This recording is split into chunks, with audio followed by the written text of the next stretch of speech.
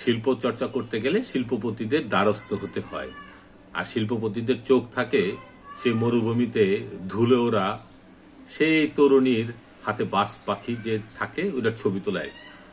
শিল্পপতি এই শিল্প চর্চা ইনভেস্ট কেন করবে? সব কথা সবার বেলা প্রযোজ্য না, কিন্তু এটা একটা চল হয়ে দাঁড়াইছে। এই জন্য কথাটা অবতারণা করলাম। প্রসঙ্গটা এলো মেলার মাঠে মুখোমুখি শিমুল সালাউদ্দিন, কবি, সাহিত্যিক, টেলিভিশন উপস্থাপক। তিনি এই প্রোগ্রামটা করেন, উপস্থাপনা করেন, কথা প্রকাশ নিবেদিত।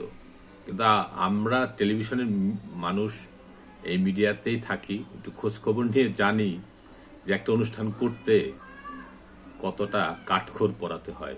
ধরেন কেউ প্রস্তাব বা কেউ অঙ্গীকার করলো যে ঠিক আছে আমি এইটা স্পন্সর করব, একদিন করলো, পরের দিন দেখা যায় যে মাঝপথে বা শুরুতেই হোঁচট খেতে হয়, সে টাকা দিবে না।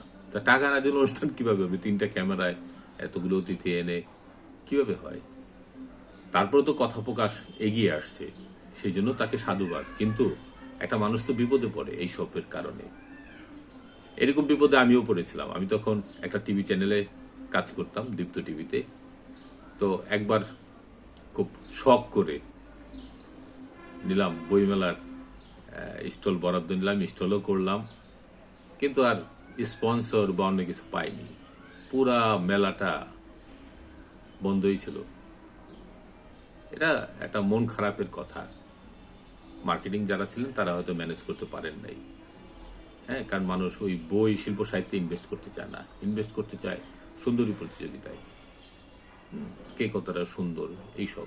সেটাও দোষের কিছু না, কিন্তু সবগুলোর দিকে তো বিবেচনা রাখতে হবে। মস্তিষ্ক যেমন ঠিক রাখতে হবে, দেহটাকে ঠিক রাখতে হবে।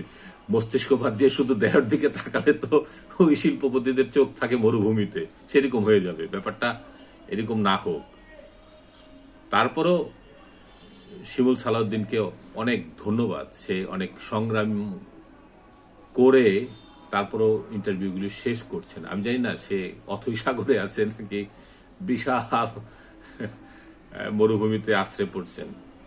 হাসতেছি, কিন্তু তার জন্য দুঃখ লাগে, কারণ আমরা তো টেলিভিশনে কাজ করা মানুষ। আর এইগুলো বাংলা একাডেমিরও দায়িত্ব আছে, সরকারের তরফ থেকেও দায়িত্ব আছে। একাধিক প্রতিষ্ঠানে গিয়ে আসতে পারে, বাংলা একাডেমি করে, কিন্তু এত এত কবি সাহিত্যিক, এত এত লেখক, তো ওইটার জন্য না। আর বাংলা একাডেমির উচিত হলো আরো অনেকগুলি অনুষ্ঠান করা, সোশ্যাল মিডিয়া কেন্দ্রিক অনেকগুলো অনুষ্ঠান করা। সরকার চাইলে শিল্প মন্ত্রণালয় আছে, শিল্প বলতে সংস্কৃতি মন্ত্রণালয় আছে, তথ্য মন্ত্রণালয়, এদিকে শিল্পকলা, হ্যাঁ, আলাদা আলাদা অনুষ্ঠান করতে পারে। এটি তো তাদের দায়িত্বের মধ্যেই পড়ে। নাকি শিল্পকলা ওই লুটপাটের আখড়া, হ্যাঁ, 15-16 বছর ধরে যেভাবে পারি ওই শিল্পকলার ওই চেয়ারটায় বসতেই হবে এবং চালিয়ে যাবে। তাদেরও তো দায়িত্ব আছে। শিল্পকলা আর আগে ভালো ভালো প্রকাশনা ছিল, এটা ধীরে ধীরে কমে গেছে। তাদেরও মনোযোগ ওই গোডাউনে, যেখানে টাকা পয়সা রাখা যায়। গোডাউন সিন্ধুক কিভাবে বড় বড় করবে। তো আমার ইন্টারভিউটা আজকে প্রচার হবে।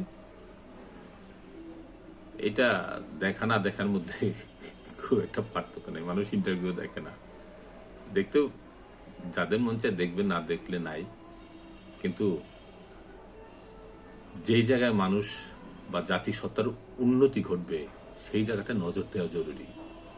হ্যাঁ, আমি না হয় এখানে অনেক গুণীজনরা কথা বলছেন, এই কথাগুলি জরুরি। কথাগুলি এমনি এমনি আসে না।